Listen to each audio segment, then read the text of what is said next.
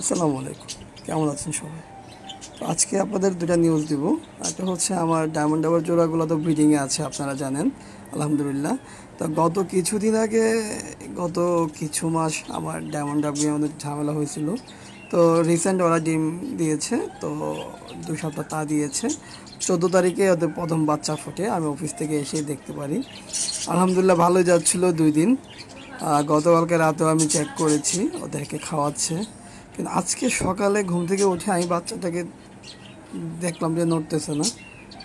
তারপর হাতে নিলাম, মাটাকে উপর তা থেকে সরিয়ে হাতে নিয়ে দেখলাম যে বাচ্চাটা মারা গেছে।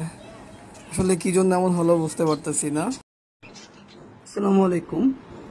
প্রিয় পাখিগুলোর জন্য আজকে বিশেষ ছুটির দিনে বিশেষ ট্রিট, যেমন হচ্ছে 1 ফুট বিভিন্ন ধরনের ছোলা, বিভিন্ন ধরনের ডাল, মুগ ডাল, ওটস সব কিছু সারা রাত ভিজিয়ে রেখে তারপর সকালে সিদ্ধ করে সাথে এক ডিম সিদ্ধ, কমার্শিয়াল 1 ফুট অ্যান্ড একটা হার্বস মিশিয়ে দিচ্ছি। আমার এটা হচ্ছে বাজরিগরের জন্য, আর এটা হচ্ছে আমার ফিন্স পাখির জন্য, সাথে ডিমের ছোলাটা সহকারে।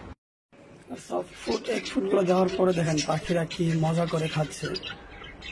এই যে দেখেন ফিন্সটা, ওরা এতক্ষণ খেয়েছে আর ওরা তো এখনো খাওয়ার মধ্যে লেগে আছে। কিন্তু 1 ফুট সফট ফুড এই আবহাওয়ার সাথে এগুলোকে মিস করা যায়।